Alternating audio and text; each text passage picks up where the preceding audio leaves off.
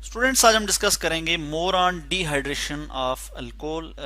Alcohol की dehydration के मतलब हमने इससे पहले भी स्टडी किया था। हमने बात की थी कि हम प्राइमरी अल्कोहल की जो जब हम डिहाइड्रेशन करते हैं तो किस तरह से करते हैं, सेकेंडरी अल्कोहल की डिहाइड्रेशन किस तरह से करते हैं।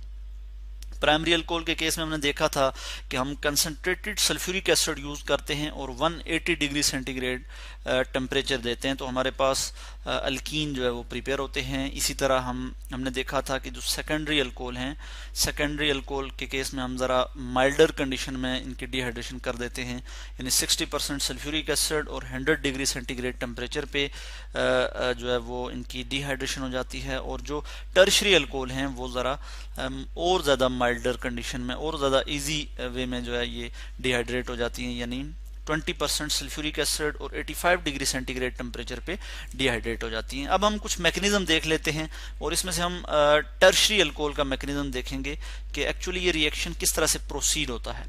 तो इसका मैकेनिज्म देखने के लिए हम अभी यहाँ पे स्टडी करेंगे। ठीक है जी, कि हमारे पास है जी टर्शरी अल्कोहल के लिए हम यहाँ पे लिख लेंगे कि टर्शरी अल्कोहल क्या होती हैं। आपको पता है कि जो जिस कार्बन के साथ हाइड्रोक्सिल ग्रुप यानी अल्कोहलिक फंक्शनल ग्रुप अटैच होता है वो जो है उसके साथ मजीद जो है वो तीन जो है वो अल्काइल ग्रुप अटैच होते हैं। जैसे ये मैं यहाँ लिख लेता हूँ CH3OH। ठीक हो गया, यानी ये क्या है हमारे पास, इसको हम कहते हैं टर्शरी अल्कोहल। तो जिस कार्बन के साथ डायरेक्टली अटैच है हाइड्रोक्सिल ग्रुप उसके साथ तीन अल्काइल ग्रुप भी अटैच है।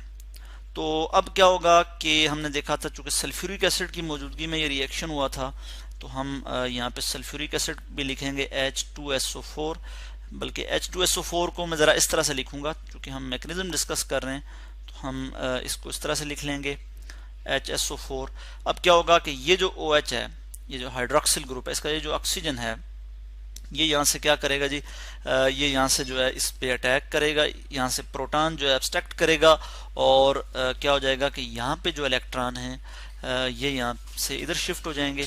इसके नतीजे में क्या हो जाएगा, हमारे पास प्रोडक्ट क्या आ जाएगी, इसके नतीजे में हमारे पास प्रोडक्ट आ जाएगी जी, मैं यहाँ लिख लूँगा हमारे पास, मैं यहाँ पे देख लेता हूँ कि हमारे पास क्या प्रोडक्ट आएगी कि जब ये यहाँ से प्रोटॉन जो है वो ये OH जो है यहाँ से प्रोटॉन एब्स्ट्रैक्ट करेगा, ठीक है, यहाँ से प्रोटॉन को निकालेगा तो हमारे पास आ जाएगा O और एक H यहाँ पे आ जाएगा और एक H ये वाला हम यहाँ पे लिख लेंगे कि ये वाला हाइड्रोजन, ठीक है, ये वाला प्रोटॉन और यहाँ पे ऑक्सीजन के जो है लॉन पेयर हम यहाँ पे इस तरह से लिख लेंगे और साथ ही हमारे पास क्या बन जाएगा HSO4, ठीक है, हाइड्रोजन सल्फेट, ये आयन बन जाएगा इस तरह से।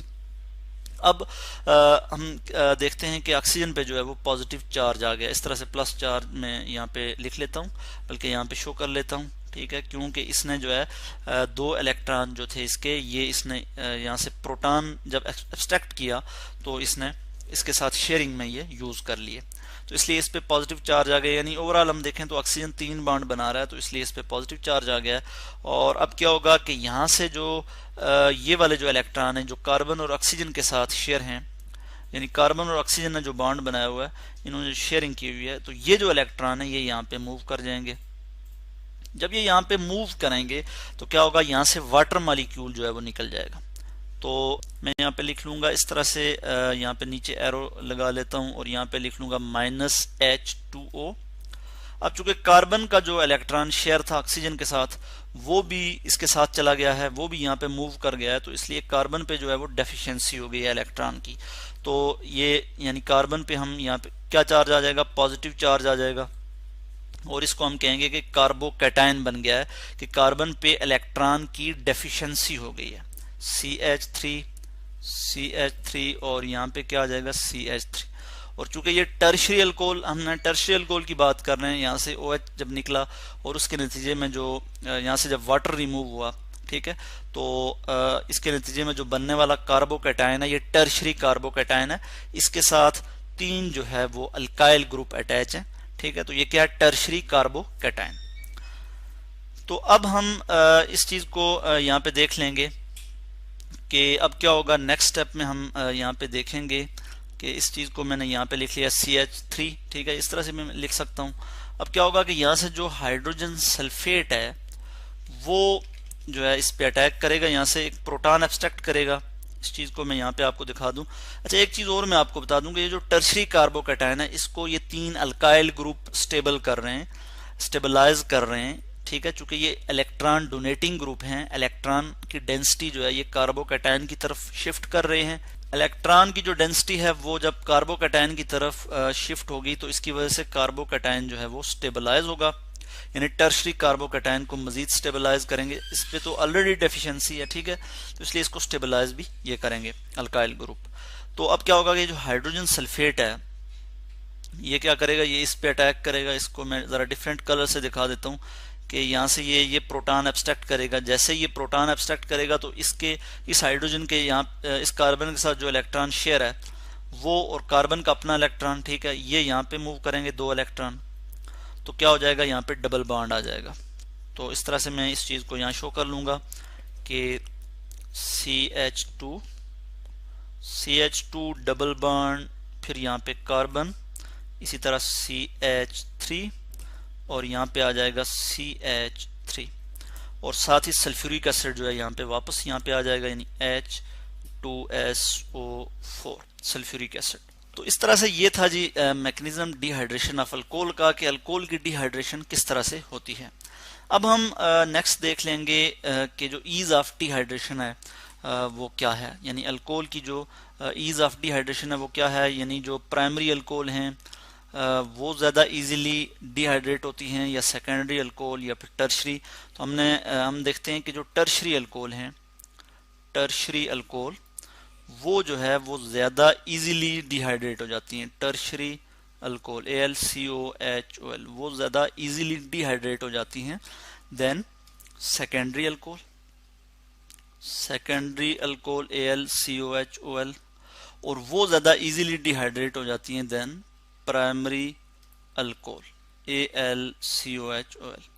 इसकी क्या वजह है, इसकी वजह है कार्बोकैटायन की स्टेबिलिटी, के जो टर्शरी अल्कोहल हैं उनके केस में जो कार्बोकैटायन बनता है वो आपने अभी देख लिया है ऊपर, जैसा कि हम बात कर चुके हैं कि जो उस केस में टर्शरी कार्बोकैटायन बनता है। और टर्शरी कार्बोकैटायन क्या है, हम पहले भी बात कर चुके हैं कि जिसमें 3 अल्काइल ग्रुप अटैच हैं इसके साथ, ठीक है।